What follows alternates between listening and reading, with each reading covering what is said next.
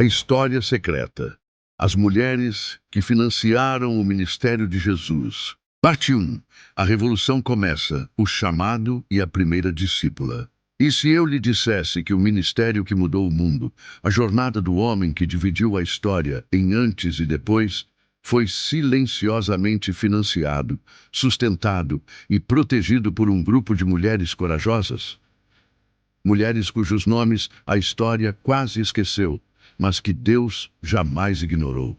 No Evangelho de Lucas, capítulo 8, encontramos 3 versículos que rasgam o véu da história e nos mostram uma verdade revolucionária. Por trás de cada sermão, de cada milagre, de cada passo de Jesus pela Galileia, havia uma rede de apoio invisível. Hoje, vamos revelar quem eram essas mulheres, de onde vieram e o que as levou a arriscar tudo para servir ao Messias. Para entendermos a magnitude do que está escrito em Lucas, precisamos primeiro viajar no tempo. Imagine a Judéia do primeiro século, uma terra sob o domínio férreo de Roma, mas com o coração pulsando segundo as leis e tradições judaicas.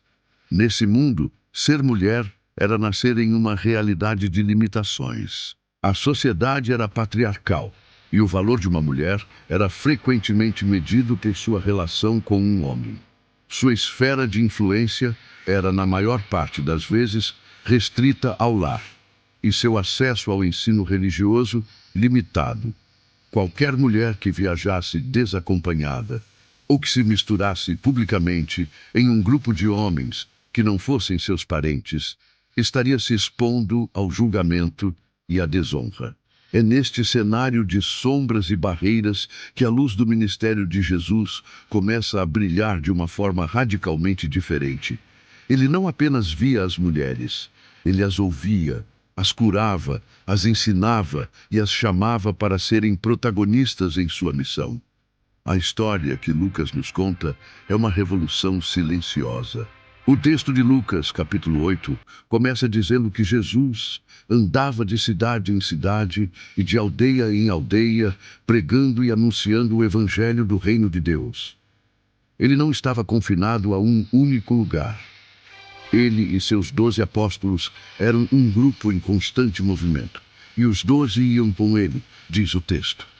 Mas a frase seguinte é a que quebra todos os paradigmas da época. E algumas mulheres que haviam sido curadas de espíritos malignos e de enfermidades.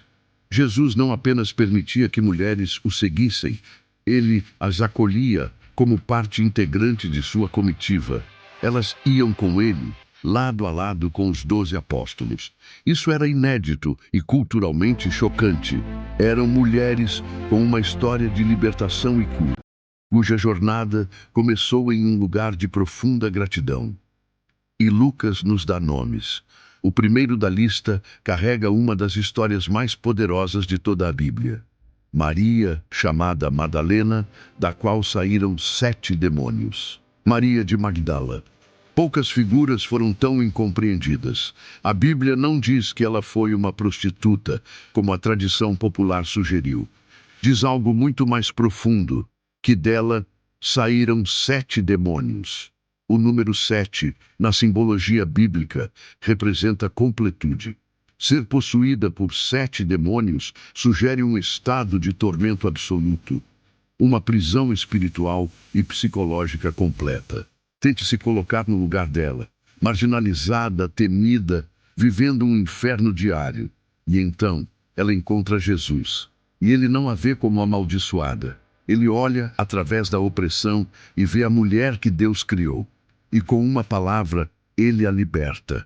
Ele lhe devolve a vida. A resposta de Maria Madalena a essa libertação foi uma devoção total.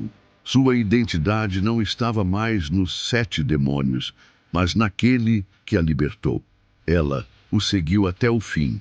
Enquanto muitos fugiram na crucificação, ela estava lá, aos pés da cruz. E por sua fidelidade, ela recebeu a maior honra.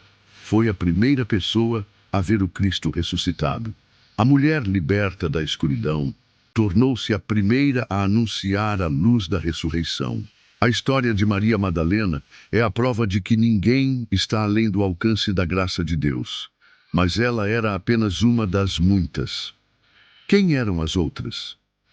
A jornada de gratidão de Maria Madalena deu início a um movimento, mas ela não estava sozinha.